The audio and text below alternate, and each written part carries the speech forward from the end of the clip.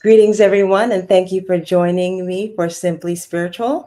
Today's broadcast is brought to you by the I Am Mantras, and today's mantra is I am perfect.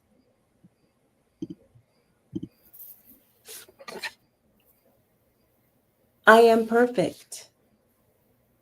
I am amongst the perfect ones. I am perfect just as I am. At each stage of my life, I was perfect. 7 perfect systems in synchronization with everything, everywhere. I am majestic. I am regal. I am powerful.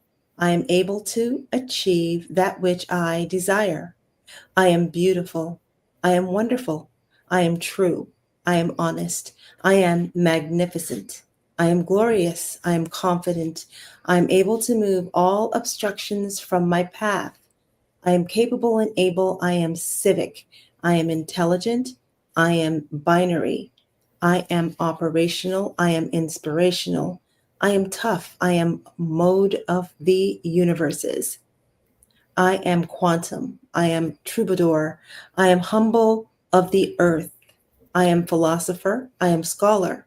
I am torch and bearer of light and love. I am light and love in perfect human form. So it is uttered, so it is. Thank you, everyone. And please join me in welcoming Anna Tansik to the show. Hi, Anna. How are you? Hi, Monica. I'm doing well. How are you today? Great. Thank you. So the coral reefs, very important subject. And you are a marine biologist. Please tell us a little bit more about what you do. And before we go into the topic of the magnificent coral reefs. Right. So I am a coral ecophysiologist is my fancy sciencey buzzword title.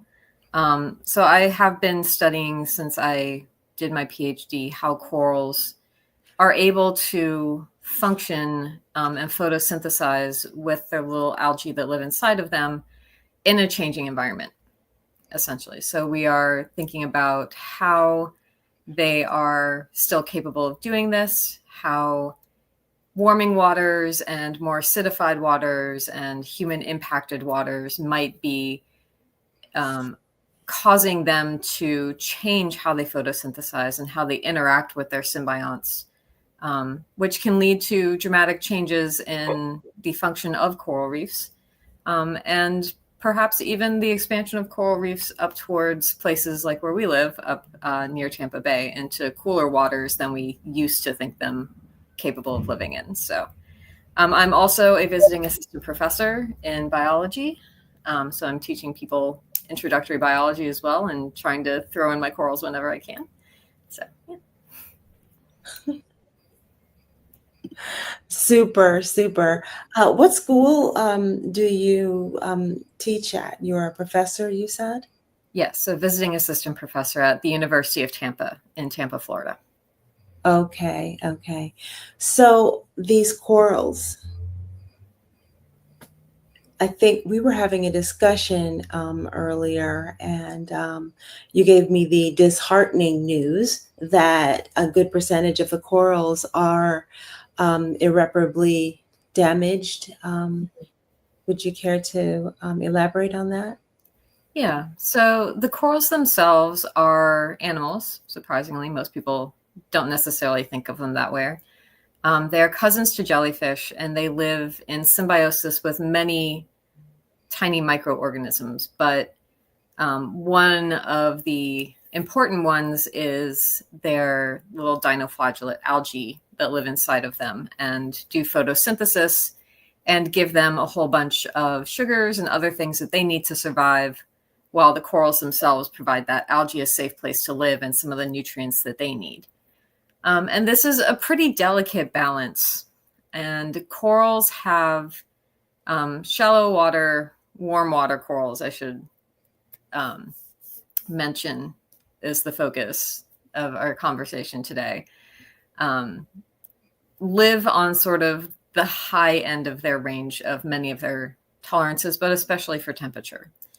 And when the temperature climbs too high or conditions get out of balance, when you have a lot of human impacts on the system, if something goes wrong, like the corals get a disease or it gets too hot and they bleach, they lose their algae, that can really cause the very rapid loss of corals from a system. And there was the headline we were discussing was a recent paper that came out that pointed out that we have passed the tipping point for coral reefs as we know them in terms of the temperature increases that have been associated with climate change. During the negotiations for the Paris Climate Accords, there was a lot of emphasis put on this 1.5 degrees centigrade sort of threshold that we didn't want to break. And we have always viewed coral reefs to be, warm water coral reefs, to be one of the most sensitive ecosystems when it comes to that sort of temperature increase in the oceans. The work that was done to try to meet the commitments of the Paris Climate Accords was not enough. And policy changes since those were signed have led to an actual sort of backsliding of those climate regulations, which has led to increased temperature stress. And so even though coral reef scientists have been saying for decades that the potential to lose coral reefs as we know them now has been there since we've started seeing big losses due to disease or due to sewage outflows or other things back in the 70s and 80s. This was just sort of another reminder that this thermal threshold, this temperature threshold that we have passed is in fact one that has been predicted by numerous groups, including the International Panel on Climate Change, to cause us a loss of reefs as we know them now. And I think one of the big things we were talking about before was the loss of the ecosystem functions that will provide, because coral reefs are more than just the rainforests of the sea, housing a quarter of all known marine biodiversity. They also provide humans with a lot of services as well. Would you care to elaborate on those? Sure. So some of the things that they can do for us, it comes up into the totals of, people estimate anywhere from about $375 billion up to $11 trillion worth of services every year. Things like providing food for over 1 billion people, either directly by going out and fishing or harvesting from the reef, or more indirectly being served through commercial fisheries that rely on the reef. We have things like providing shoreline protection.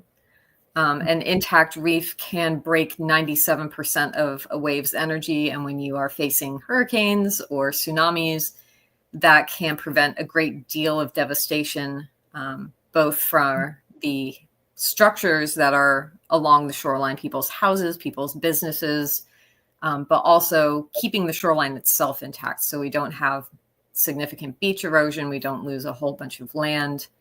There are other things that are important. Many states and nations rely on coral reefs for a large part of their economy in terms of tourism. People like to go see them. Recreational fishing on reefs is also a big thing. So people are going out to go diving. They're going out to go fishing. They want to see these beautiful habitats that are full of life. And there are major cultural ties for many places around the world.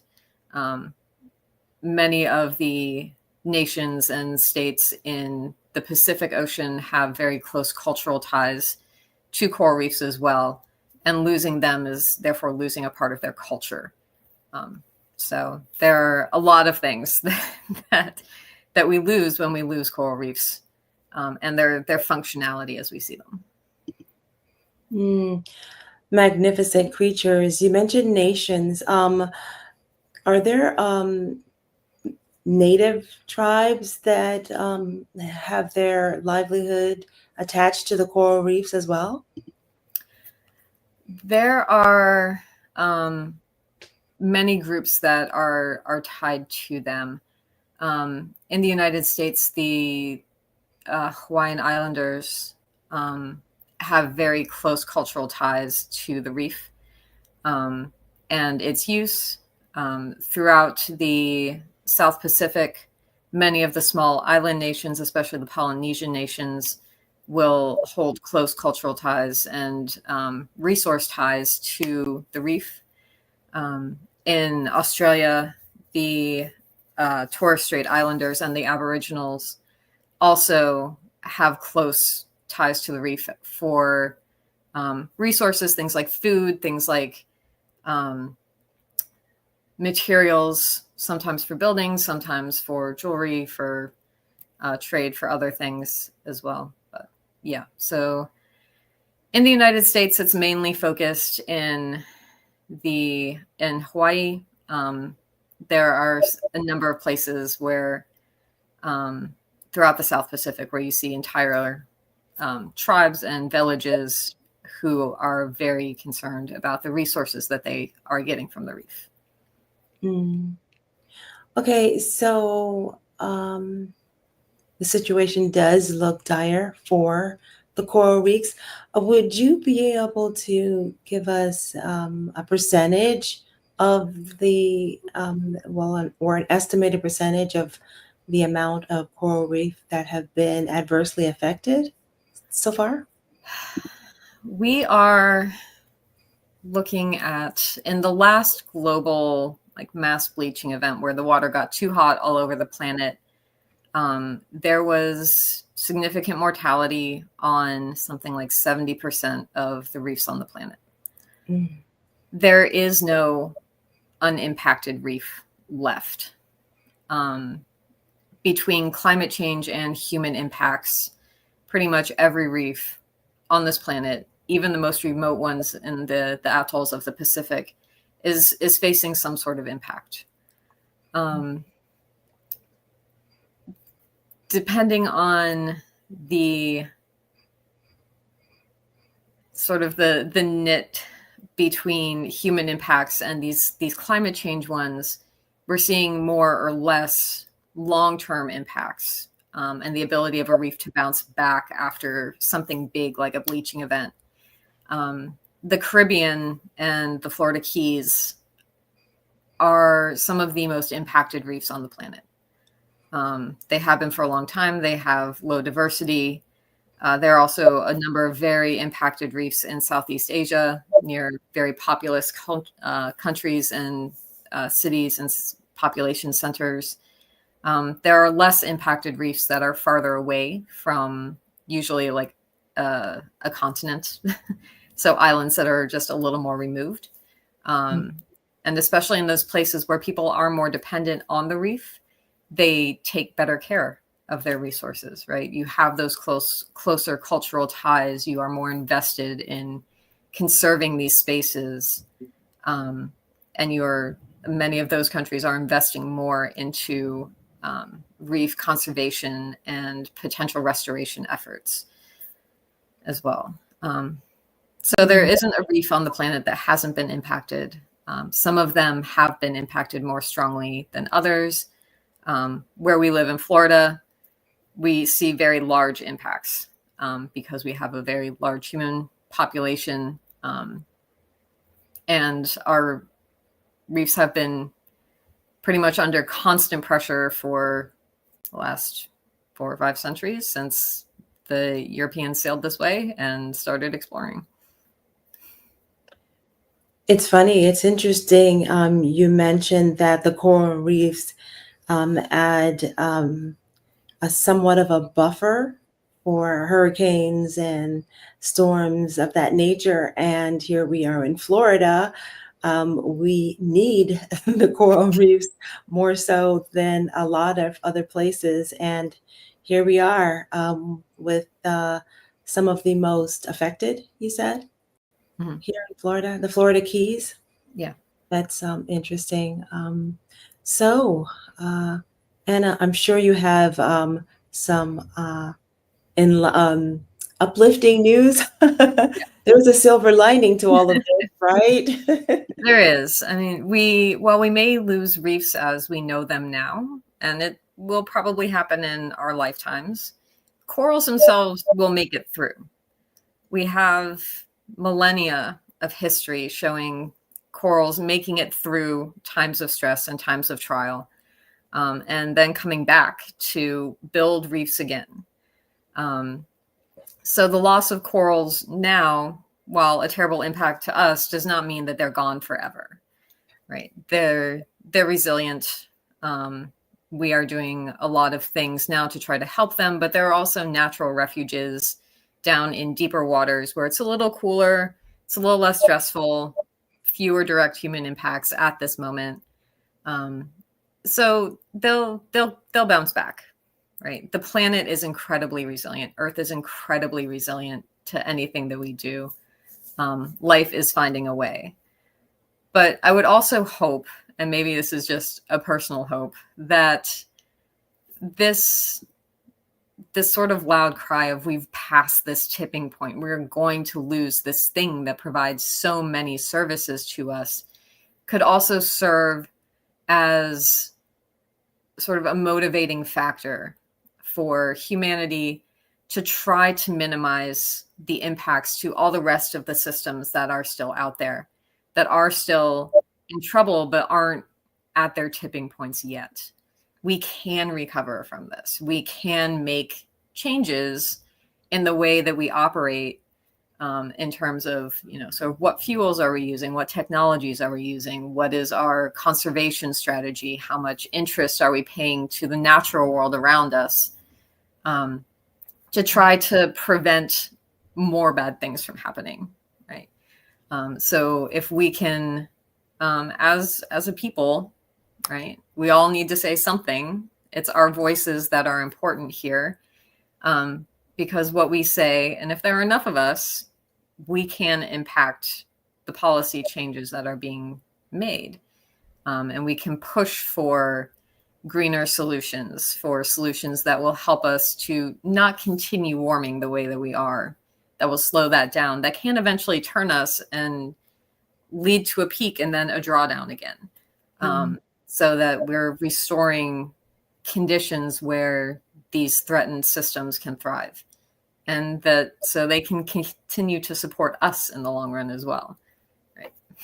Exactly. And you mentioned a key point. The Earth goes through her cyclical phases. There's the warming and then there's the cooling. But at the same time, we need to do everything that we can to assist the Earth in doing what she does in the least disruptive way possible. Yes. So thank you for this insightful talk, Dr. Tansik. We appreciate your insightful interview. Thank you. On this very important topic, the coral reefs. Any closing remarks? I think that for us, we need to remember that as much as human civilization is different from so much of the rest of the natural world, we are still an integral part of its functioning, and that it will have impacts on us and we will have impacts on it, and that we need to carry that in our minds and in our hearts as we try to interact with the world around us, so that we have a good space to pass on to our children, to our grandchildren, to our nieces, to our nephews, to future generations, even if they are completely unrelated to us. Indeed. Thank you so much, Dr. Tansik, for joining us here at Simply Spiritual. And we look forward to another interview with you. hopefully with brighter information. Yes. I'm sorry this was a little bit of a downer, but I do Yeah, think well, it's reality, right? And Mhm. there was a silver lining to look forward to. Yeah. Thank you so Thank much, you. Anna. See you next time. Right.